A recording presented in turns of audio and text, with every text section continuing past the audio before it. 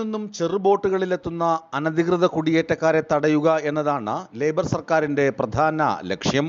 കുടിയേറ്റ വിരുദ്ധ നിലപാടുകൾ ഉയർത്തിക്കാട്ടി ജനപ്രീതി നേടുന്ന റിഫോം UK പാർട്ടിയുടെ മുന്നേറ്റം തടയുക എന്ന ലക്ഷ്യവും ഇക്കാര്യത്തിൽ സർക്കാരിനെ കടുത്ത തീരുമാനമെടുക്കാൻ പ്രേരിപ്പിക്കുന്നുണ്ട്.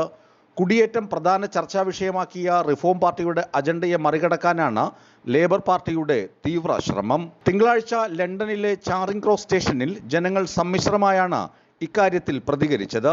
കുടിയേറ്റം തടയാൻ സർക്കാർ ഇപ്പോൾ ചെയ്യുന്നത് പര്യാപ്തമല്ലെന്നും ഇനിയും കടുത്ത നടപടികൾ ഇക്കാര്യത്തിൽ വേണമെന്നും ചില യാത്രക്കാർ അഭിപ്രായപ്പെട്ടു.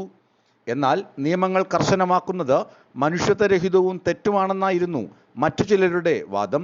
ഈ ഭിന്നത രാജ്യത്ത് പ്രകടമാണ്.